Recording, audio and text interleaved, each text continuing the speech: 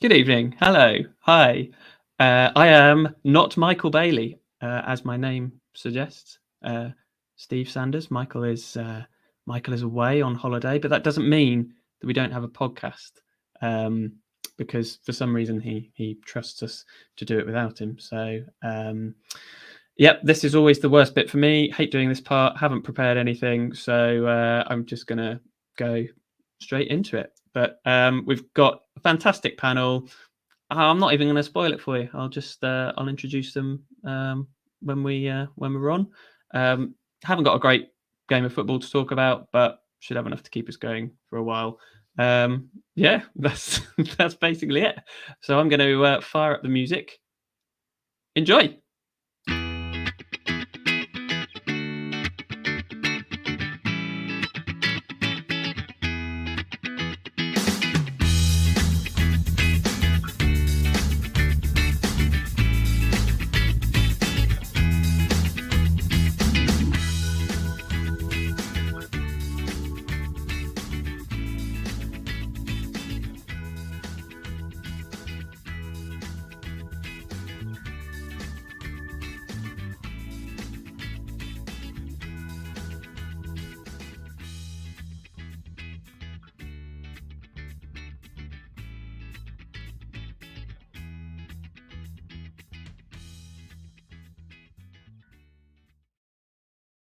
So those of us who were grounded at Carrow Road on Saturday will have seen Norwich City valiantly defeated by Sheffield United with shots raining down on the visitors' goal. It still remains a mystery how the Canaries lost, but the moral victory is surely theirs. Yeah, obviously none of that is true. Just one shot on target in a predictable, tedious and stodgy performance. We'll try and find other adjectives to describe Saturday, discuss whether the playoffs are now a write-off, squeeze in a bit of player of the season chat. Maybe this is finally Carlo Nash's year, and Ryan's here with a quiz to make the rest of us look like idiots. That's what usually happens anyway. However, we have a pod lineup for the ages for you tonight. Those of you watching won't actually be able to see them yet, so I am going to add them back into the stream. There we go. There's your spoilers. First of all, we're starting with a man who has given up just about everything for Lent, but thankfully not the On the Ball podcast. He knows who it is already. It's Ben Mouncer. Ben, how are you doing? Good evening, everybody. I'm very well. How are you, Steve? Yes, I'm doing all right. Thanks. Obviously, big shoes to fill, but I've been here before, so I think I know what I'm doing. Well, yeah, we'll let the audience. I did have to go out and get a new notepad actually, because of the copious amounts of notes I've got on Saturday's game and the last couple of weeks of Norwich City action in general. So can't wait to get stuck into it all. Excellent. That's the level of prep that we all put into this podcast, isn't it? Well, it sounds like what we need is a must-good panelist, and this is the must-good go-to guy. I think that works. And probably the only member of today's panel who has had Michael Bailey round his house for a sleepover. It's Dan Brigham. Dan, hello, Steve. I was just about to say we didn't get a lot of sleep, but that just would have sounded really wrong, wouldn't it? I'm very well, thank you. How are you doing? You've already said that, actually. You've already told Ben and the audience how you're doing. I mean, I'm still doing okay. I am okay, although I do have quite a disturbing mental image right now. But yes, beyond that, I'm very well and pumped. Just to add a bit of context, Michael stayed at my house after the Huddersfield game, the memorable Huddersfield game, because I live in Yorkshire. Was he a good house guest? Did he, kind of? Well, we can get on to that later if we've got time to fill, which we probably have. I'm pretty. In fact, he's now gone to Australia. It's probably like indication. Dan's banished him to the other side of the world. Ben says he's got reams and reams of notes about the last 4 games. I've got reams and reams of notes about Michael Bailey staying over at this house. Excellent. Okay, well, we'll see what we can wring more content out of the Sheffield United game, or Michael staying at with Dan in Wetherby. However, we still have another guest to introduce. He was the absolute linchpin of the Last on the Board podcast, and tonight he's bringing the youthful exuberance, enthusiasm, and yes, a quiz to this one. Just don't ask him about crisps. It's Ryan Livermore. Right, I very nearly started a timer to see how long the crisp thing would take to bring up, because in the group chat you lot chastised me about this, and I feel like my only things I can bring to the podcast now. My personality is based around quizzing and not liking crisps. So if that's anything to go by, we'll be done in like 5 minutes. Like, this is it. It's it.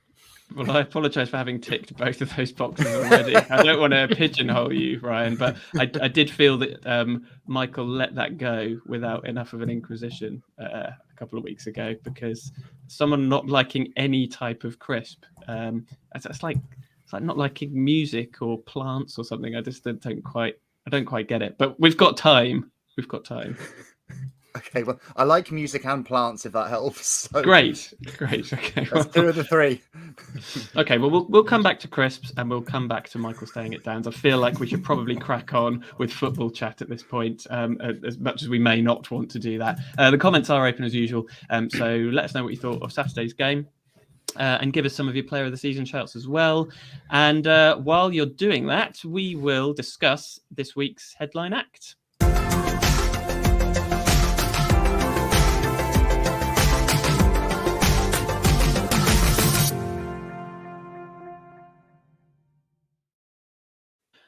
Yeah, this one feels very much like having a headline act of, say, Dido headlining Reading and Leeds Festival. But we are going to start with the Sheffield United game, which Norwich City lost 1-0 to a definitely offside, but also in a more accurate way, onside second half goal by James McAtee.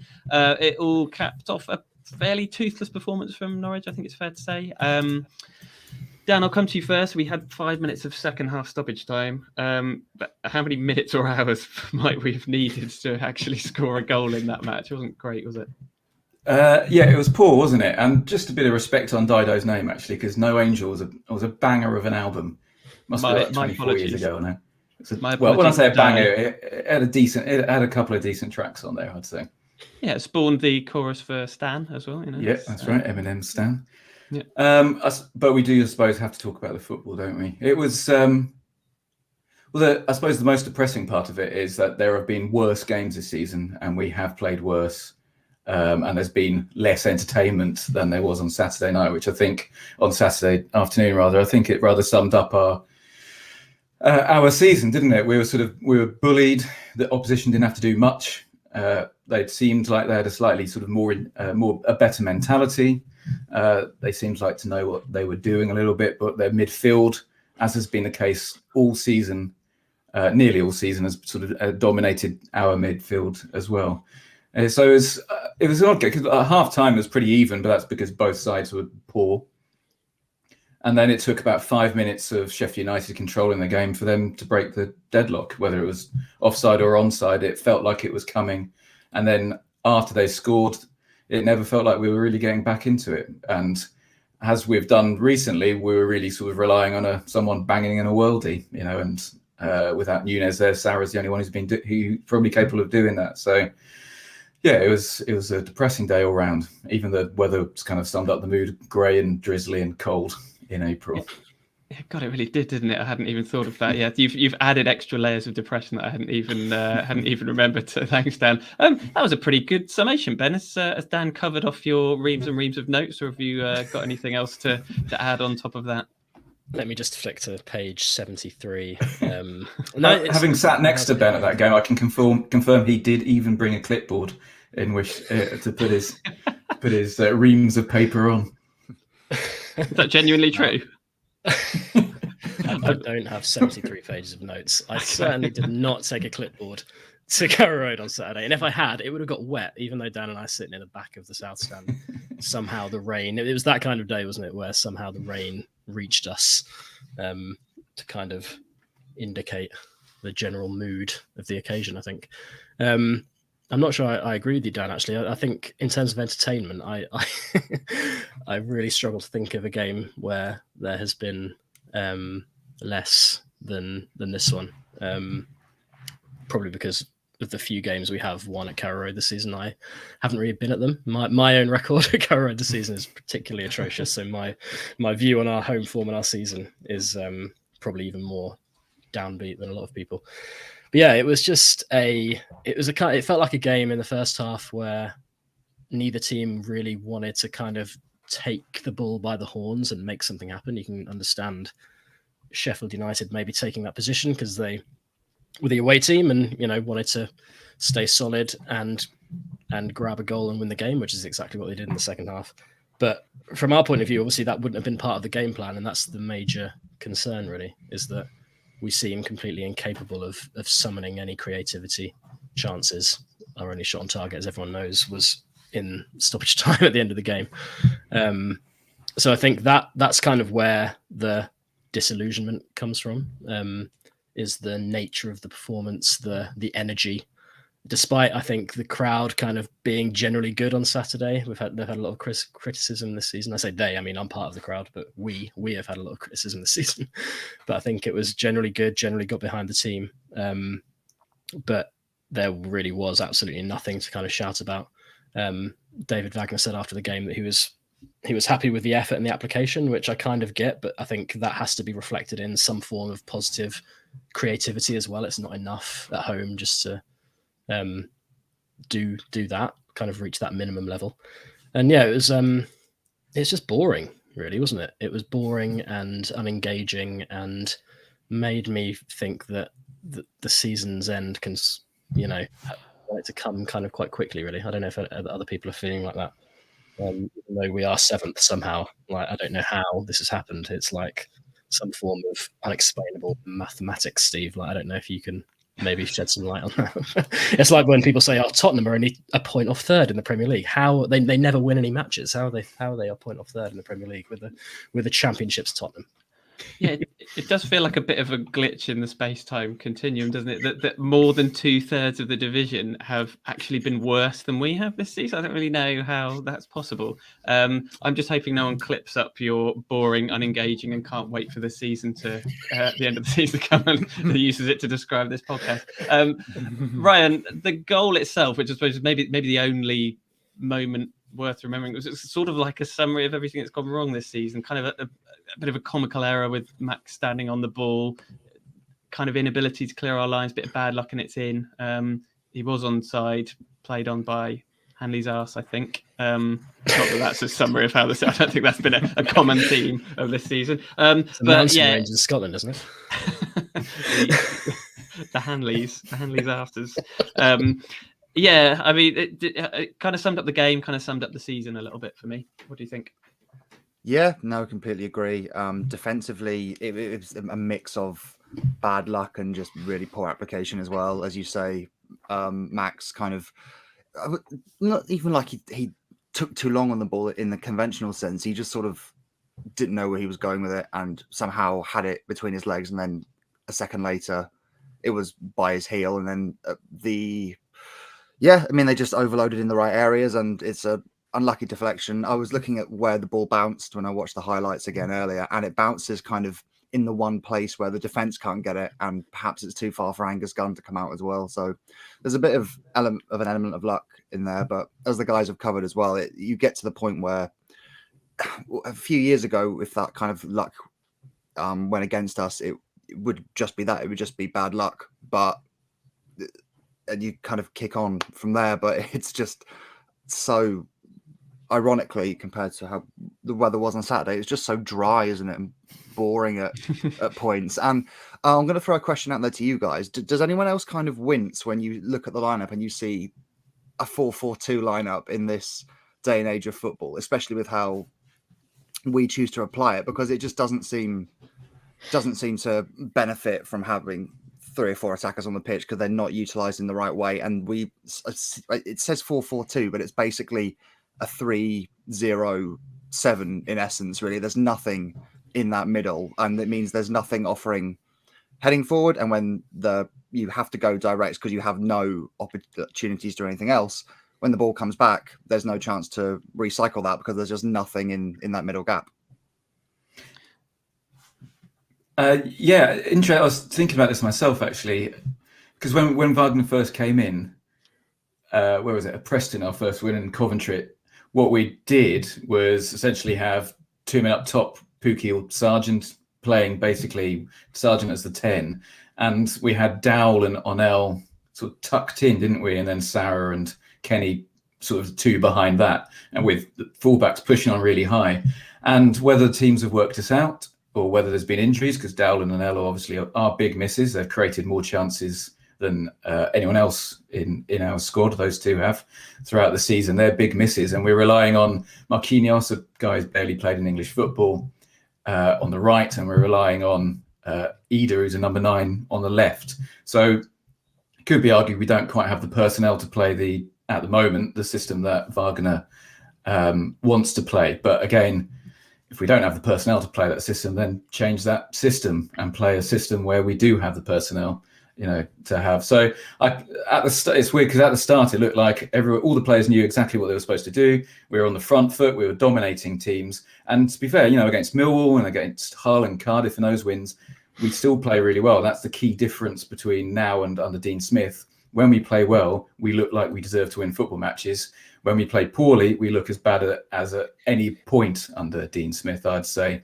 But it's a bit of a mixture. There's fatigue. There's players out of the wrong position, people being injured, maybe teams working us out. But so at the moment, at least, it looks like a really dull conventional 4-4-2. But I don't think that's what Wagner wants, though. Yeah, I think there to me, in my view, there just seems to be sort of confusion in that front line at the moment around who's doing what, and maybe there's, especially with Ida, Sargent, and Pukki, obviously all number 9s really, so their instincts are probably the same, and there's not that kind of cohesion in the final third at all, which is the root of the problem, really. And while on one hand you could argue that we should be able to deal with injuries to Dowell and Hernandez, who, as Dan said, have been very important players under David Wagner, it's also like that they, in a way, as Dan sort of illustrated there, are so important to the system that we've played. And actually, with Ida and Marquinhos there, not only were they ineffective, but it meant that Yanulis hardly got forward. Max Aarons tried, bless him, but he can only do so much. I think that kind of the effect of not having the setup right in the final third kind of permeates throughout the whole team, really, and it ends up with a team that really doesn't look like it has a plan. A team that doesn't look like it knows how it's going to score a goal. It's not like we're creating loads of chances and missing them. It's a real absence of invention and creativity. And I think, and look, maybe rightly, some of these individuals have come in for criticism recently, especially those forward players. But I think, none of them can be criticised too heavily, I don't think, because if you think how Teemu Pukki has, performed in a Norwich City shirt over the last few years, it's because of the creativity around him. Ida and Sargent much more used, as Dan said, to playing through the middle. So I think it's just a circumstance which David Wagner wouldn't have wanted, but I would kind of like to see something different now going forward. Like we need to change it, because I was at the Stoke game. I'd missed the Huddersfield game, but Dan was there, so he can vouch for that. But I saw this certainly in the two most recent home games, Sunderland and Sheffield United. There's kind of a chronic lack of forward momentum and creativity. So I think even though the options that Wagner would like to have aren't available to him, there has to be some kind of change going forward, I think. So I just remembered Wagner when he first came in, actually was asked about the 3 strikers, and he did say he would not play all 3 together. And of course he did on Saturday, which again is, a lot of that's down to injuries. And let's not forget Nunez wasn't available in the squad either, or can only assume he wasn't available. And he obviously, that's quite damning on Cholis as well, who was obviously on the bench.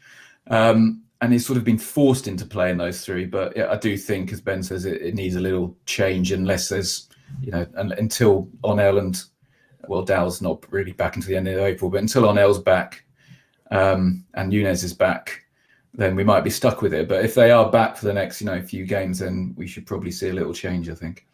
Even when Nunez has been available, though, and been deployed, I think the way he's been deployed has been, I don't know, he still feels like he's playing really high up the pitch and not being found in those sort of holes where he can be creative. It feels like there is some kind of tactical instruction which maybe isn't getting through to these players at the moment. Sorry, Steve.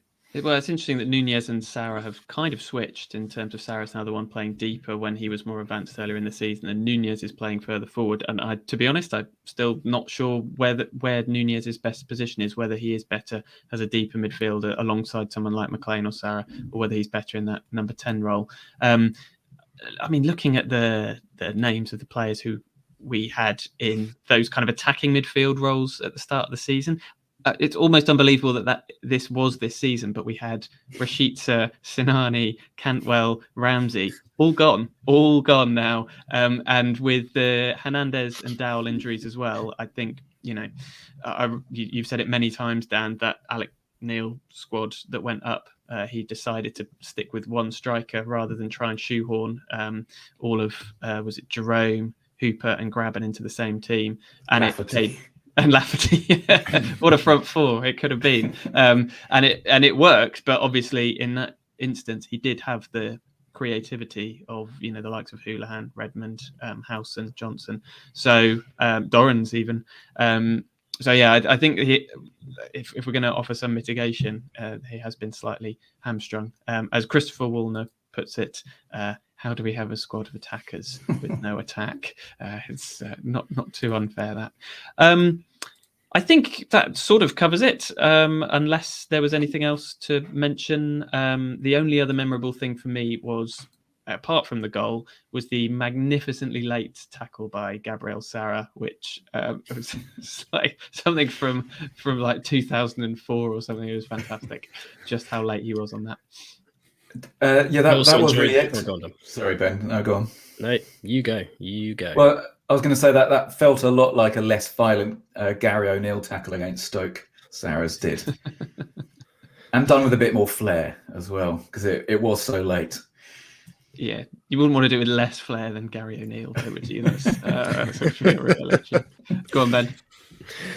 I was just going to say, there's another moment, I think it was in the first half, where we had like a free kick in a dangerous position. We did try to do a routine and just kind of passed it out for a goal kick. That was a mildly amusing moment.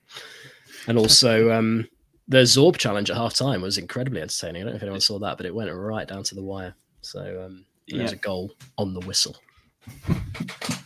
High quality zorbing. I mean, it comes to something when the halftime entertainment is better than the 45 minutes either side of it. Can I add a little depressing note as well? Another depressing note. Well, we haven't had enough so far. We really need a shade of grey to add to the overall picture. So the team at the end, we had Marquinhos, Gibbs, McCallum, Kamara, and Chollis on the pitch. And if that's a little glimpse into next season or beyond, then I'm not sure we're all going to be back this time next year doing this. I was looking at Sheffield United's substitutions in the second half as well, and they brought on Chris Basham, John Fleck, Ollie Norwood, and Billy Sharp, which is the most Sheffield United group of substitutions you could ever. They could have brought on Tony Curry, and that would have kind of made that the most Sheffield United kind of. They've all got that slightly square head, haven't they, with the same sort of haircut that dangles down. Yeah, they're basically like that sort of that Pro Evo player from Pro Evo 2 or something, which is just the same white man with brown hair. That's what that is. Throw Chris Morgan in, and I think you've got the full bingo card there. Yeah. So I think we can probably move it on to what we call twangter. Say very carefully the things we are not going to talk about that we are actually going to talk about. Dan, you included him rather harshly, I thought, in your list of players not to look out for next season. Abu Kamara did make his debut. The only thing I've got to say about it is he wore number 47, so AK-47. I don't know if that's I'm assuming that's a deliberate thing. Surely. That's got to be. That's like the cricketer Joe Root, who has Route 66 on his back. Sure. That's it. Yeah, and maybe Abu Kamara can follow in the steps of Joe Root and go on to captain his country. We shall see. Who knows? He didn't play one game. Aside from that, I suppose we ought to mention the fact that Angus Gunn made his debut for Scotland and has played twice and is yet to concede a goal. Conceded fewer goals against Spain than Sheffield United, with Grant Hanley in front of him. So well done to Angus. Don't know if anyone saw either of those Scotland games or whether he made any saves or played particularly well. I'm seeing blank faces. No. Okay. Do we not have a guest cameo by Stuart Hodge here? That would be really helpful right now. We could pipe in a voice note from him. I'm not prepared to do that. Didn't they? What I do know, Steve, is they brought on Kenny, didn't they, as well, to shore things up in the last 20 minutes against Spain. That's a bold move. It's a damning indictment of Spain, I'd say that. Someone pointed out that a lot of the BBC text report of that just said Hanley goes down under pressure, wins Scotland free kick, which is ultimate Hanley. A swell of pride about that. It's a key part of the game plan, I would have thought. Anyone else got anything that they do not want to talk about? Just one thing. So a friend messaged me about Norwich's home form, which, as we know, because we've all been this season, is bad. But against the top half of the championship, I'm just going to quickly read them out. Burnley loss, Sheffield United loss, Borough loss, Luton loss, Millwall win, Blackburn loss, Coventry win, West Brom draw, Preston loss, Watford loss, Sunderland loss. So we lost 8 out of the 11 games, picked up 7 out of 33 points. And it was a couple of seasons ago where we were still saying we want to be a top 26 team. Well, we're not even competing in the top 11 in the championship at home at the moment. That's incredibly damning. Whether that's mentality, squad, either way, that's what kind of sums up how poor this season's been for us, I think. Yeah, and lost, as you said, I think the top 5 have lost all of them and scored once. Good.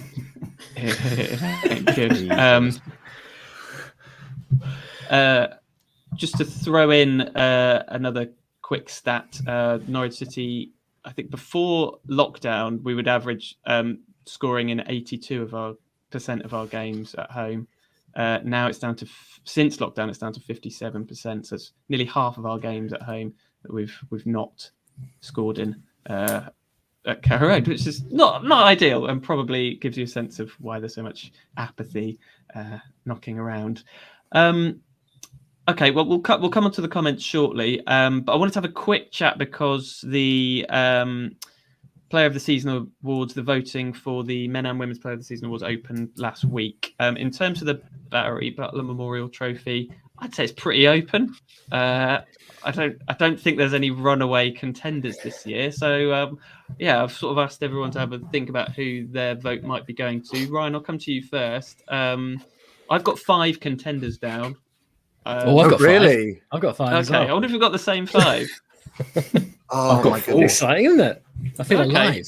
Okay, yeah, we're coming to the good bit now, folks. We're really up for it at this point. Ryan, I'll ask you, who do you think will get it, and we'll see if any of those names, if your name is on mine and Ben's lists and Dan's. So until about November, I would have said Josh Sargent would have got it. I think the difference in him at that time was chalk and cheese compared to last year, but since then he's kind of gone off the boil a bit. So at the moment, there's 3 for me I think could get it at the moment. Angus is one, although I'm kind of a bit hesitant because he's not played too many more games than Tim Krul has, although we could argue the games he has played, his performances have been way better. Max as well for me is another one, only on the basis that regardless of how pants the rest of the team is, he seems to be a consistent 7 out of 10 every week, which given the context of this season is probably the best we could hope for at this point. Perhaps a slightly controversial one, I would have gone for Kenny as well. But then again, I think the whole squad's just blown so hot and cold, really. Mostly cold, admittedly, but this is such a depressing pod, isn't it? It's really bad. This quiz better be good, Ryan. Oh my goodness. So much pressure now. If I had to pick from those 3 at the moment, I'd say Angus, but I'd probably closely followed by Max and probably Josh over Kenny, just about. But at the moment, Angus just. Okay, so we've got Angus, followed by Max, followed by Josh. Dan, were those 3 names on your list of 4, and would you put them in your top 3 in some sort of order? Josh wasn't on my list of 4, but Angus and Max are. And I added Sarah Onell to that. Onell, a lot of people have loved Onell's passion and love for the club. And at the start of the season, it felt a little bit patronising because he wasn't really putting in the performances to deserve that. But under Wagner, he did look transformed, genuinely. He looked like he was making good decisions. He wasn't just beating players. He was making good decisions, creating a lot of havoc and a lot of chances. So I think he's he would deservedly be in for a shout, and I actually think he will win it, and Sarah as well. And I suppose Kenny, but I'm slightly morally opposed to giving it to Kenny. Morally opposed. But I think, I think the top three will be Onel, number one, Sarah, and then Angus. And I do think, by the way, Max absolutely has probably been our most consistent performer this season. But a right back probably doesn't win it in a season when you're finishing 7th or 8th in the Championship. In fact, a right back just never wins it, do they? When does a right back ever win it? Season? Yeah. No. Wouldn't happen, shouldn't happen. Okay, well, completely different from Ryan's list. So, Ben, where are you coming down on this one then? Well, I didn't have Angus, actually, but I'm feeling like I probably just omitted him by mistake. It's hard, isn't it? Because you can't really make a case for anyone, because no one has reached the levels that are required to normally be a player of the season for any club in any season, I don't think.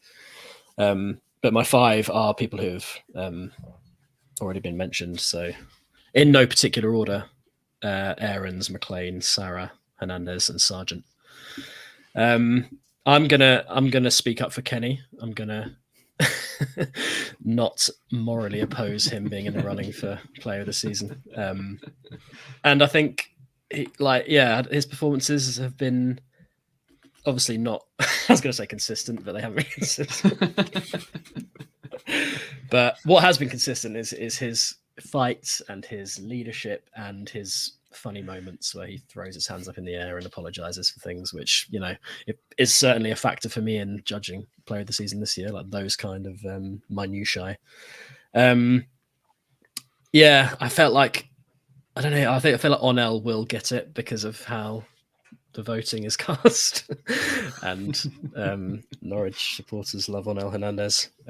Agree with Ryan, like Sargent in a few games earlier in the season was pretty unplayable, actually. But now he's very much playable.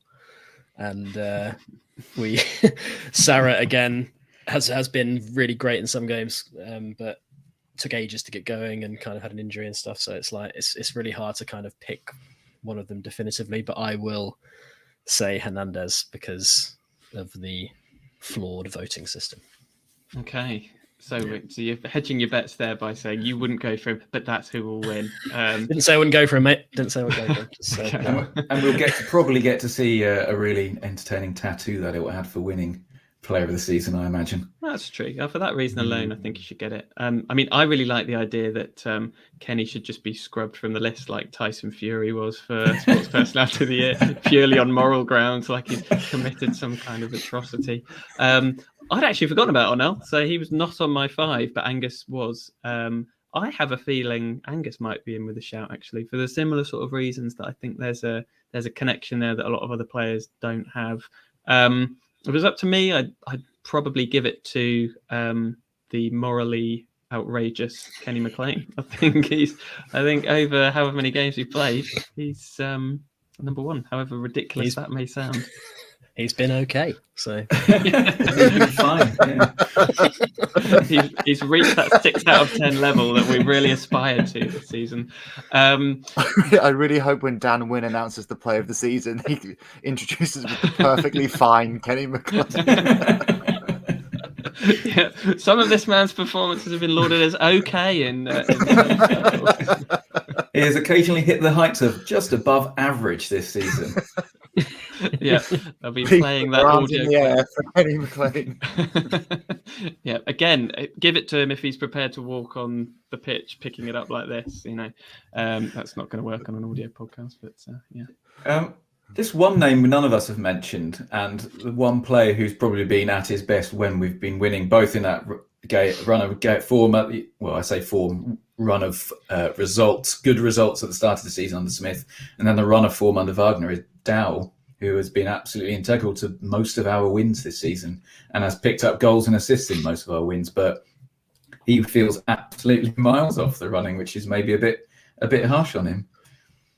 Yeah, I feel like a player who has been injured for a third of the season and probably not great for another third of the season. I can't countenance Dowell winning player. It would be the ultimate kind of indictment of how inconsistent we are. That the most inconsistent player could win. But you're right. You're right. When he's good, we're good, and there is a lot to be said for that. And he has. I find it kind of fascinating as well that no one's mentioned Teemu, because sort of on the Venn diagram of performances being just fine and sort of emotional swan song, he seems to be almost a shoo-in for that, because he's still got like top scorer, most goals and assists combined at the club, most chances created. He's been one of the slightly better ones in a very poor team, and this could be his. Well, I'd say it probably will be his last year at the club, so it might be some emotional weight behind that as well. Yeah, that's a good shout actually. Yeah, we sort of need a lifetime achievement award as well, don't we? I mean, I'm sort of bracing myself for the announcement that he will be leaving to come out before that Blackpool game, and that in the same way that Wes's last game against Leeds was very much all about him, I have a feeling that Blackpool game, assuming we're not still in the running for a playoff spot at that point, of course, will be all about Teemu. I'm going to run through a few of the comments, player of the season shouts in the comments. Elizabeth Howlett says, Max Irons for player of the season, please. I don't think we have any say in it, but we'll do our best. Robert Marsh says, on L for the trophy. And Alex, gotta love the honesty, will probably vote for McGovern, to be honest. And again, in terms of people you'd want to see picking that trophy up from, he's got to be up there. I feel like he'd win the participation trophy like at under 12s as the guy who wasn't that great but sort of turned up to training every week and always paid his £2 subs, Again, hotly contested this season, I think. I will just I'll fire through some of the other comments. We've had quite if it's any consolation, the comments very much reflecting the tone of the panel tonight, I think. Killian O'Grady asks, what player can turn the season around for us? This may be an NA answer, but is there anybody who could do that? Ben, you've got your hand up. Liam Gibbs. Oh, okay. Yeah, please expand. Thought he was fine when he came on Saturday. Player of the season material, you might say. It's fine, better than okay. The blandest, most dour pod of ever. No, I was looking at our team that played against Millwall when we won away from home in that game, where for a fleeting moment we all thought we were going to get promoted again. And even though Gibbs didn't play in that game, like we played more of a 4-2-3-1 with Sorensen. And I'm thinking like either Sorensen or Gibbs, to be honest, coming into the team and just offering us more balance, more connectivity between defense and attack.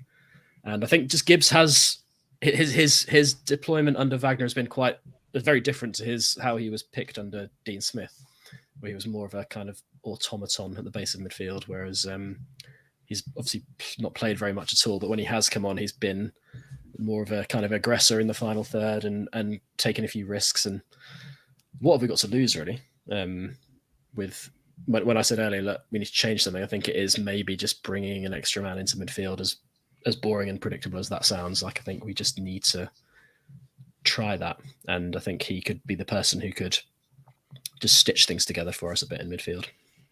Will we be okay with only 2 strikers on the pitch, though? That doesn't seem like. And when I say when the question was turn the season around, like I don't feel like anything is going to turn the season around, really. So maybe just sort of shuffle it slightly towards the right direction, but not really turning it around. Okay. Yes, steering it slowly. One more question before we move on. Nikki Clinchy.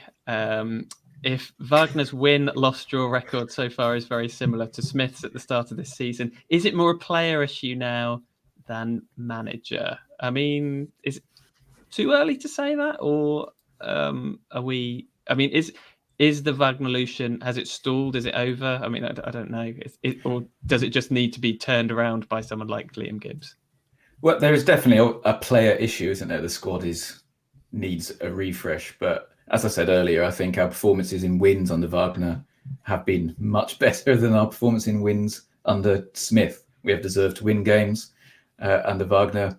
And the style he plays, with the pressing high, that takes a pre-season really to instill that really effectively. As actually Ben said to me during the game, we're not really seeing that much from our team now, despite what we thought we might get under Wagner. But it does take really fit players who buy into that system, and that often takes more than, say, a couple of months during a season.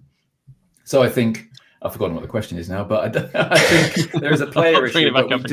We have a player issue, but we now have a better coach than we did at the start of the season, I think. We don't have a manager issue until the club start advertising an evening with Christoph Bühler, and then we are we know the writings on the wall. Go on, Ryan.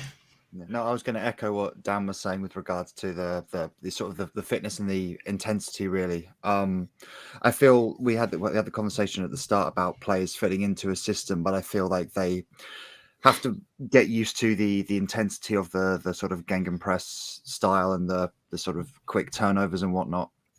I watched an interview the other week. Do you guys know the Under the Kosh podcast? Mm-hmm. That's all.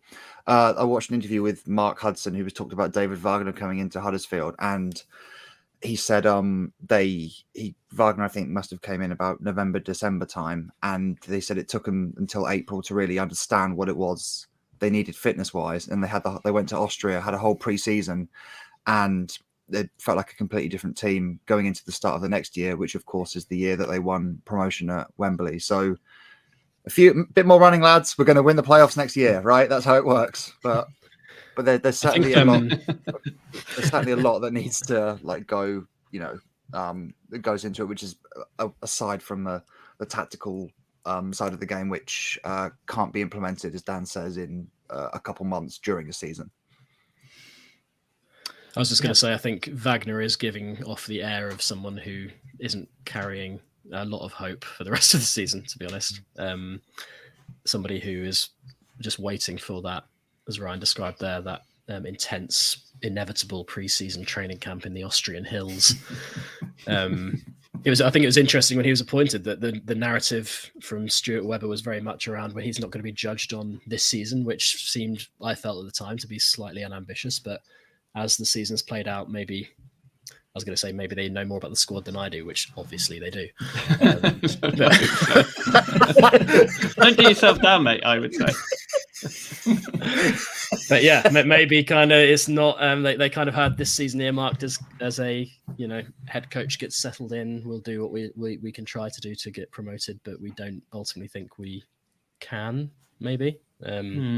Still seventh though. Still seventh. So yeah, and that feels like a perfect time to segue into 3 absolutely critical games towards our playoff push. So I'm going to cue John Motson at this point. This is almost fantasy football.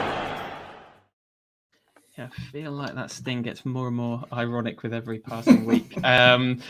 By the time we're back, we will have played 3 more fixtures because we are not here next week. Michael will still be in Australia, and I'm not trusted to do a second podcast. And you suspect either we'll be back in the playoff race or our fate will be sealed by that point.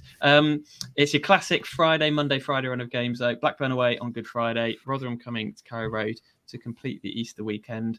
And then you will, in all likelihood, need to take Friday the 14th off work if you want to get up to Middlesbrough on time, as that one's been moved to Sky at 8 p.m.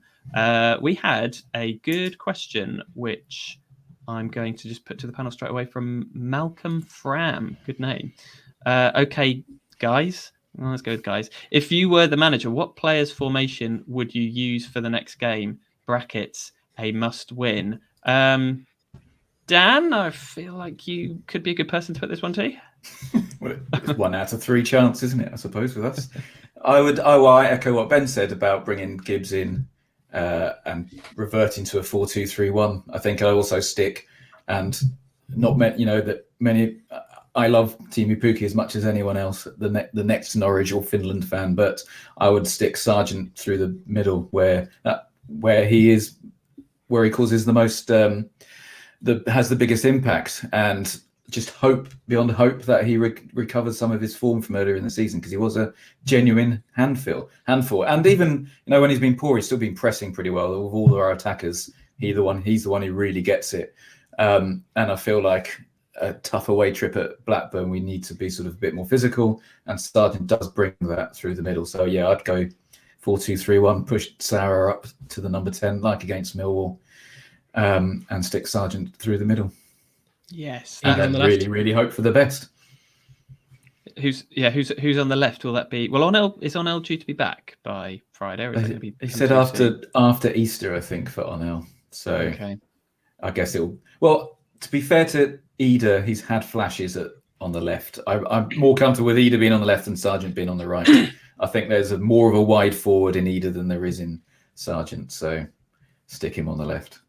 Yeah. Okay. That sounds like the path to victory. And actually, Ryan, we are, as Ben says, in 7th. We are 4 points off the playoffs. We are 4 points behind Blackburn in 6th. If we win this, we are 1 point behind with a winnable home game coming up. Am I being ludicrously optimistic to think that that we could still make a push for this? I'm going to keep him with the theme of the podcast and say, but if we lose it, we're then 7 points behind Blackburn in 6th place. You've punctured my optimism. Yeah, there we go. No. It's it's the frustrating thing is I feel like this season has been as much as it's been a disappointment, it's been the most disappointing sort of tease for the whole year, because there's always that feeling of, but we could, and then we watch what goes on and sort of go, no, we can't. I still kind of think even if they win on Friday, I think they've shown too many times this season that they're one game away from, this is the worst season in the club's history. The stadium's falling apart. I just want to tear up my season ticket and all of that nonsense. So I'm going to further that lack of optimism and say that I don't think, judging by like the eye test of this year so far, I still don't think top 6 is really achievable. I think the current top 6 will be the ones that stay there. Interesting. And I guess, Ben, that it probably does have to, it's 6 points or bust over Easter, right? I mean, if they don't beat, as Ryan says, they can't lose to Blackburn, but you sort of feel like they have to win the next 2 at the very least to have any chance. Would that be fair? Yeah, I mean, I've been thinking along those lines for quite a while now, but I guess as the the games left become fewer and fewer, the maths becomes very real. So yeah, I think you are right. And while the optimism in your question, Steve, around, if we go to Blackburn and win, we are in a very, very, not very good position, but a better position. The idea of going to Blackburn and winning at the moment is so far off, reality in my mind that I can't even begin to imagine what that would be like, which means we're probably going to go there and win. I don't know why Blackburn this season seem to have. We played them twice already, right? In the cup, we have 3 times, twice, yeah, twice. Yeah. And not scored twice. They are a strange team. They tend to throw up some funny results, but based on the cold hard evidence of what we've seen in the last few games, and the fact that we're not going to have any of the more influential players back for this game, it just feels like we're not going to win, really. Rotherham at home, now that is obviously a lot more palatable. They're fighting to stay in the division. And Jordan Hugill coming back to Carrow Road as well. Of course. Yeah, well, it'll be he nice. Plays for Rotherham, doesn't he? Yeah, he does. Yeah, he does play for Rotherham. He was captain in them for one game. I saw on the EFL highlights. Jordan Hugill, is he in the running for our player of the season? Well, Stephen Simons has already said Jordan Hugill, so perhaps he could pick up the award while he's here next Monday. I feel like Jordan Hugill at Rotherham, that just works, doesn't it? It just feels like that's exactly the right club for him. I mean, I think they will stay up. Actually, they've got a bit about them. Although Huddersfield bizarrely seem to be making a charge, despite being maybe the worst opponents we've had in the last 5 or 10 years. Now it feels like a great point at Huddersfield. Beat Borough 4-2. And didn't they beat Millwall just before the international break as well? They did. Yeah. Yeah, they were the worst team I've seen this season, by far. Truly, Hugill versus Hanley is going to be a. I'm not going to that game, so I won't see it. But it's going to be an entertaining battle, I'm sure. Yeah, You feel like Grant's going to be doing that thing where he's waiting for the striker to catch up with him so he can fall over, but he could be waiting a while for Jordan Hugill to get to him. I think he's going to really have to slow down. Just a quick one from Adam in the comments, just as we're on Hanley. Big Andy, let's assume he's talking about Omobamidele and not Hughes. Not starting is more than a bit silly at this stage. It seems slightly odd that Omobamidele's not in, although he's not been brilliant lately either, I don't think. I mean, would anyone throw him back in for those Easter games at all? I'm not sure our problem is our centre-backs. No, we spoke about this, Dan, didn't we, in one of our many tangents during the game when we were not talking about our hobbies outside of football or anything like that. I think I just turned to Dan and said, "So why isn't Omobamidele playing?" And Dan has just said because he's not left-footed. So there you go, not left-footed. Okay. Did you write that down on your clipboard? he turned over a sheet on his clipboard and wrote that down in big capital letters. So I'm going to bring that up on the pod, Dan. Yeah, I think for me the back four weren't terrible. On when did we play? Saturday. Yeah, the back four. Yeah, again, this is the damning with fame praise podcast. But I think Gibson. I'm not sure he'll ever win the fans back over. I feel like it's too much water's passed under the bridge there. And when you're keeping a youth team player out of the team, that's even worse in the fans' eyes. Right. Well, we have plenty of comments, and sorry if we didn't get to yours, but I think it's probably time to pass over to Kenny Other Business. And we have Ryan on, and that means that we have a quiz on. And to be quite honest, I am delighted at this point to hand over the reins for 5-10 minutes to Ryan. So what have you got for us this week? Thank you very much, Steve. I don't know why that was so official. It was, wasn't it? Cheers, mate. There we go. It's the return of the 5-second challenge, and I thought with Abu Kamara making his debut for the club at the weekend, we would have a theme of academy prospects. So I have got 4 questions each, and you have 5 seconds to get 3 answers. Now, I won't lie to you; some of these are very tough. So let's good. Carrying on. This is the worst season ever. Okay, let's start. Do you know what? Who would like to go first? Dan and Dan can take a breath. Oh, no, okay. Oh, thank you, Ben. Thank you, Ben. I'll step up to the plate. Come on. I love that. I love that confidence. That is the confidence of a man who knows more about this current squad than anyone at the football club. Okay, Ben. Yeah. You have 5 seconds to name 3 defenders that have come through the NCFC Academy and played for the club. And go. Jason Shackle. Jason. From the Argonauts. We've had another Jason. I think you just going to name different Jasons. Jason Donovan. I could have said Max Aarons, couldn't I? Yeah, literally. Godfrey. Where do we start? Yeah. Does Godfrey count? Yep. Jamal Lewis or Jason Lewis, as I call him. Godfrey doesn't. Jason Lewis. You could have had Jason Godfrey, Jason Lewis, Jason Toffolo, Jason Spillane. How about Chris Sutton? Because he came through as a centre back. Oh, nice. Oh, he's not on my list, Dan, but you would have got a point for that. Jason, maybe, so. Jason Sutton. It's 3 Jasons, isn't it? So yeah. Yes, exactly. Yeah, of course. Okay, well, in that case, we will move on to Mr. Brigham. Okay, Dan, there are no midfielders in this questions as we discussed earlier. So if you could name 3 academy forwards to have played for the club, and go. Sutton, Edie, and oh, time is up. Time is up. We're very close. Is Edie a forward? I mean, we can have Edie as a forward, can't we? Yeah, we can have Edie as a forward. I've got loads of names written down here, not limited to Chris Renton, Adi Akinbayi. Chris Renton?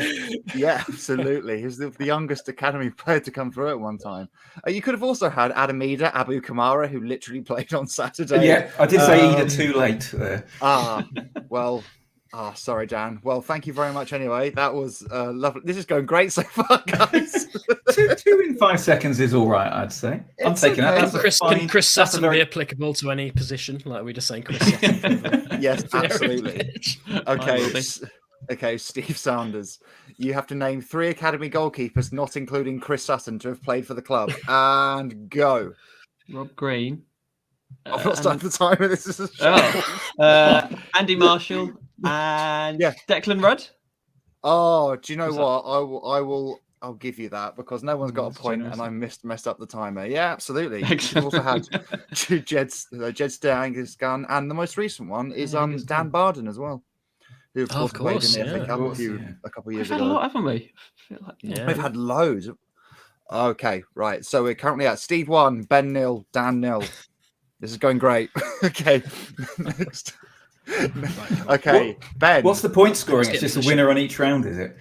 If you get the question right, you get a point. It's as simple as that. Oh, that's how quizzes work, Dan. Just in case you didn't realise. Did I not get one for Sutton? Oh no, I'm not giving you Sutton. No. I think you.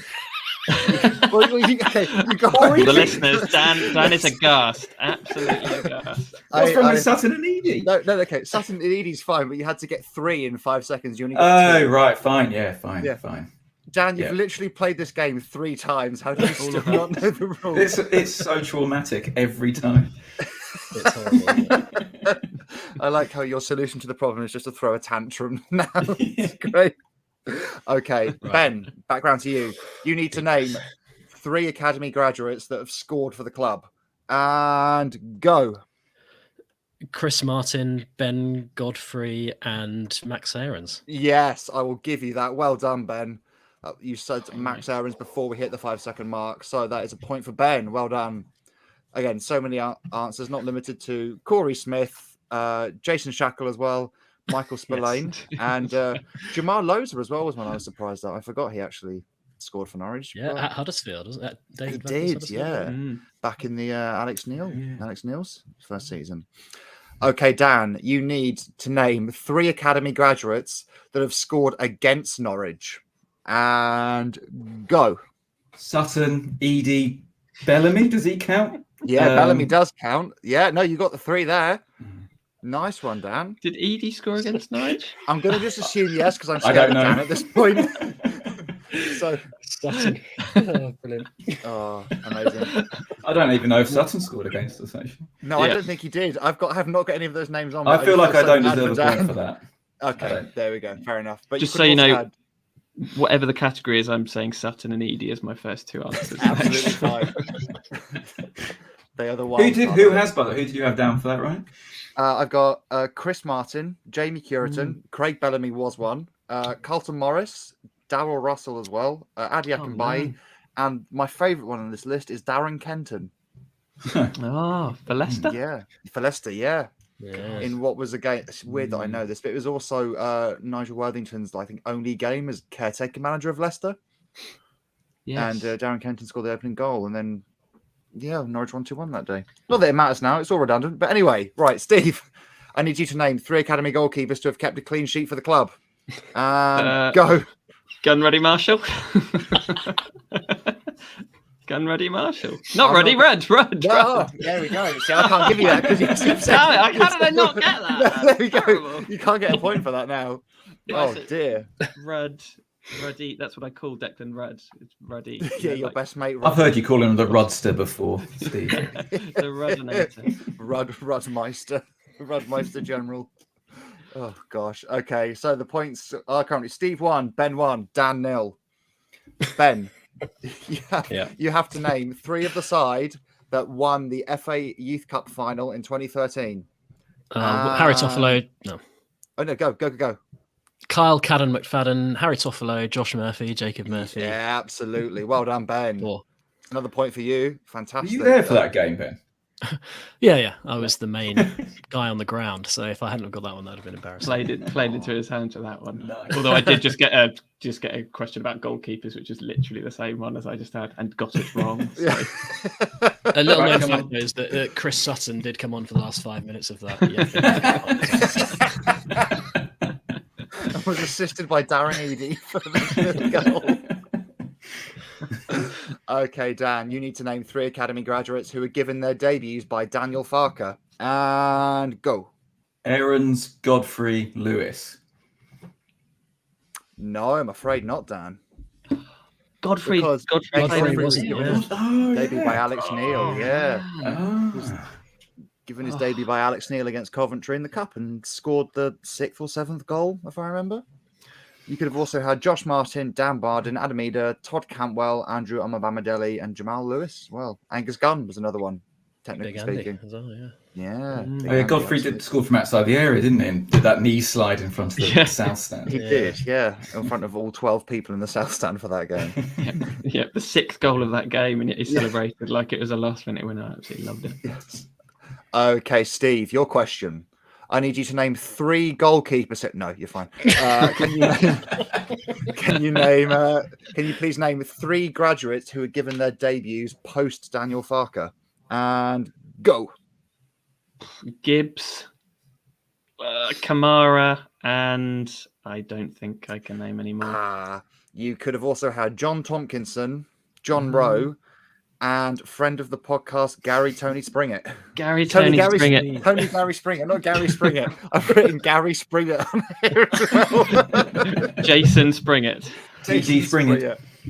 Chris, Jason, Gary Springett. Well, I apologise to Tony Gary. Can't believe I've forgotten. Okay, the scores I believe are Dan 0, Ben 1, Ben 2, Steve 1. So, Ben, you can seal the win with this, and this is a question which should be very easy to answer because it's a hypothetical.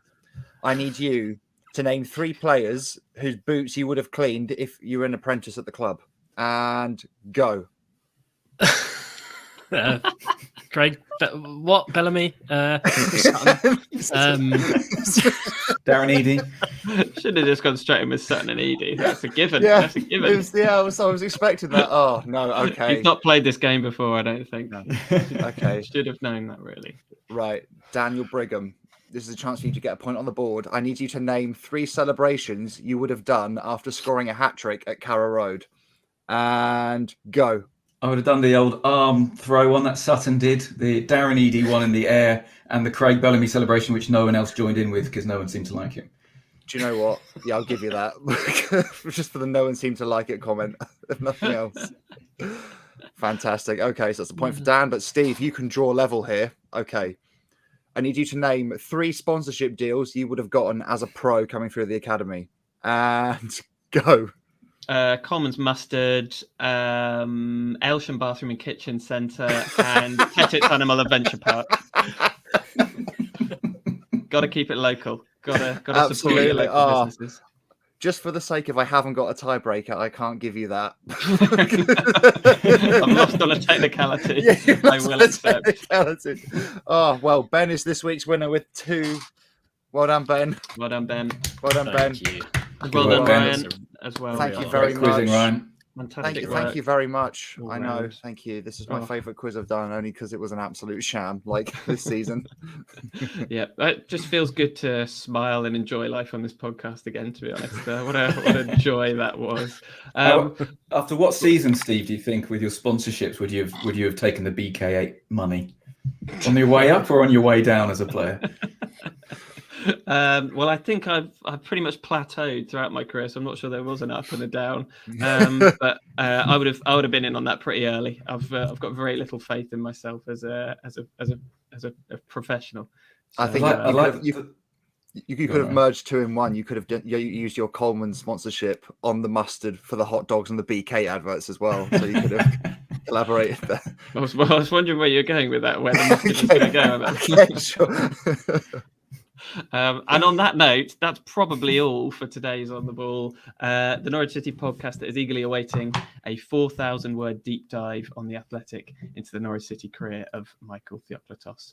It's an Australia joke. Michael's in Australia. There we go. If you haven't already, then make sure you subscribe to On the Ball via your podcast player of choice. It's available free on your usual player. Just search Michael Bailey Norwich City on your preferred social platform, and there it will be. Ratings and reviews wherever prompted are always hugely appreciated by Michael. He tells me all the time. And if you want to get in touch with any questions or topic proposals, just send Michael a direct message on Twitter at Michael J. Bailey. He may not look at them until after he gets back from his holiday, though. And you can still send us your suggestions for topics to discuss by emailing twitterkers@icloud.com.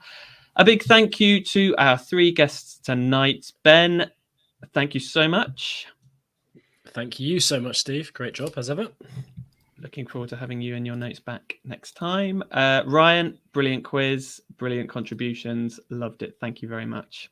Thank you very much, mate. Well done. It's brilliant. Thank you. And again, very formal. Sorry, I don't know what's happened. We don't normally talk like this to each other. Warm regards to you. Best wishes. Yours sincerely. And Dan, great work, mate. You know, fantastic. Yeah, cheers, bloke. Cheers, bloke. See you down the pub after this, right? And thanks to Ryan for once again exposing my sheer anxiety I get for timed quizzes. Always explains. Well, you know, you were brilliant up until that last 10 minutes there. Let's put it that way. Michael will be back with a tan and maybe one of those hats with the corks on it in a fortnight's time. Again, Australia joke. When the playoff push will no doubt have reignited. But until then, have a great Easter. Plenty of eggs, hopefully even more points. And see you on the other side as I tee up the outro. Bye.